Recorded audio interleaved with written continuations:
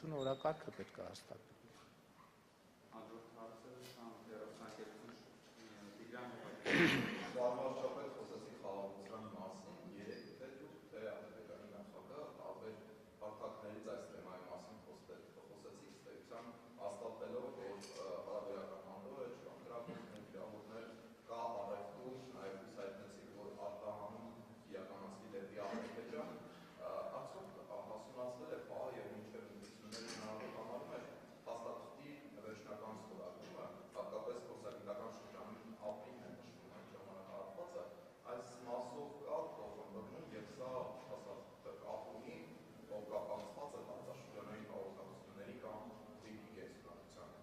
Տեսեք, դուք ասացիք, որ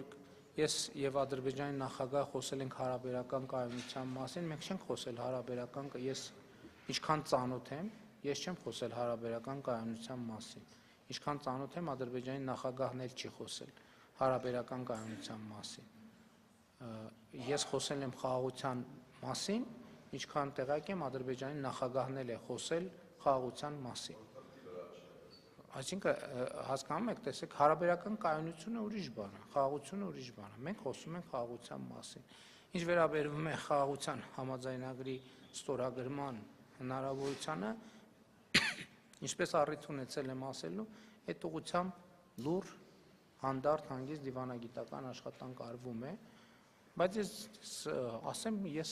կասկած չունեմ, որ այդ համաձայնագիրը կստորագրվի։ Հիմա կստորագրվի ապրիլին, մայիսին, հունիսին, սեպտեմբերին, թե երբ, դա երկրորդ խնդիրն է, բայց կստորագրվի։ Բայց շատ կարևոր է արձանագրել եւ թերևս առաջին անգամ է,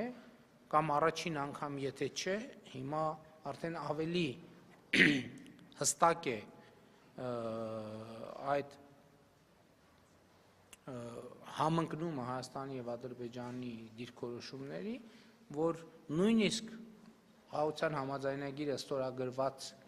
չլինելու եւ նախաստորագրված լինելու պայմաններում խաղաղությունը հաստատված է։ Մենք հիմա խոսում ենք խաղաղությունը ամրապնդելու եւ խաղաղությունը հետ շրջելու անհնարինության մասին։ Եվ այս առումով ավար կարևոր են ներքաղաքական process-ները թե Հայաստանում, թե Ադրբեջանում կարևոր, որովհետեւ Հայաստանում էլ կան ուժեր, ենթադրում եմ Ադրբեջանում էլ կան, ճիշտն ասած Ադրբեջանի ներքաղաքական կյանքին շատ մանրամասներով ծանոթ չեմ, ովքեր այդքան էլ գոհ չեն խաղաղությամբ եւ պիտի փորձեն հետ շրջել խաղաղությունը։ Մենք Հայաստանի Հանրապետության քաղաքացիներս պետքա տեր կանգնենք հաստատված խաղաղությանը եւ այն դարձնենք անշրջելի։ Եվ երեք ես Եվրոպական խորհրդարանի ամբիոնից առիթ ունեցա դրա մասին խոսելու։ Դե գիտեք, դրանք գործոններ են, որոնք ավել կամ պակաս ազդում են մեկը մյուսի վրա, բայց այնուամենայնիվ դրանք տարբեր օրակարգեր են։ Հաղորդակցությունների հետ կապված մենք առաջ ենք գնում, աշխատում ենք շատ ակտիվ եւ առաջ ենք գնալու։ Երեք էլ Եվրոպական խորհրդարանից ամբիոնից ես ասացի, որ մենք տենց ընկալում, որովհետեւ կա։ Ես զգում եմ, որ նաեւ Ադրբեջանում, Թուրքիայում տենց ընկալում կա, որ Հայաստանը կարող է փորձի ձգձգի, ինչի համար պետք է Հայաստանը փորձի ձգձգի։ Մենք ընդհակառակը ուզում ենք րոպե առաջ այդ խնդիրը լուծվի, րոպե առաջ, առանց չափազանցության րոպե առաջ, որովհետև դա ֆունդամենտալ կարևոր հարց է մեր այսօրվա եւ ապագայի մեր պատկերացրած ճարտարապետությունը իրականացնելու տեսակետից։ Եվ էլի ուզում եմ վերահաստատել, որ մենք պատրաստ ենք Կորնիձորից երասխով ապահովել Ադրբեջանի արևմտյան շրջանների եւ Նախճեվանի ինքնավար հանրապետության կապը։ Էլի շատ կարեւոր է արձանագրել, որովհետեւ ինչ ենք մենք այս առաջարկը անում, որովհետեւ հիմա մենք փաստացի Ադրբեջանի երկաթուղուց օգտվում ենք։ Չենք ուզում, որ մեր օգտվելը լինի միակողմանի։ Ուզում ենք, որ մենք էլ համապատասխանաբար քայլ-քայլի դիմաց մենք էլ մեր քայլը անենք, մի անգամ առաջարկել ենք Թուրքիա-Ադրբեջան հաղորդակցությունը, հիմա առաջարկում ենք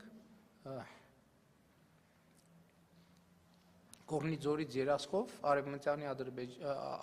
Ադրբեջանի արևմտյան շրջանների եւ Նախճեվանի ինքնավար հանրապետության միջև եւ հակառակ ուղղությամբ կապը ապահովել, մանավանդ որ Իրանի Իսլամական Հանրապետությունում տեղի ունեցող իրադարձությունների պայմաններում, ոնց որ թե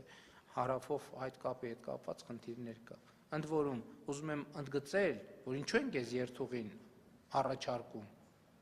որովհետև ուրիշ երթուղի չկա, ուրիշ երթուղը, որ պատրաստ ճանապարհ լինի, չկա, այսինքն դա այսօր հնարավոր է օգտագործել։ Երասխի հատվածում մի փոքր վերանորոգման անհրաժեշտություն կա, բայց նույնիսկ առանց վերանորոգման այսօր էլ մեքենա կարող է գալ անցնել։ Ընդ որում, եթե հարմար դիտվի, նաև բանով Իջևան Ղազախ հատվածով էլ կարող ենք ապահովել, այսինքն այնտեղ էլ մի կտոր կա, որ տեսականորեն կարող են մեքենաները անցնել։ Էլի եմ ասում, շատ կարևոր է, ինչ ենք առաջարկում։ Առաջարկում ենք նախ խաղաղությունը ամրապնդելու տրամաբանությամբ, եւ այսօր մենք փաստացի Ադրբեջանի երկաթուղուց օգտվում ենք։ Այնպես չլինի, որ մենք օգտվում ենք Ադրբեջանի երկաթուղուց եւ մտածում ենք, որ իրանք մեր ճանապարհներից պետքա չօգտվեն։ Ոչ, չենք մտածում, մտածում ենք, որ պետքա օգտվեն։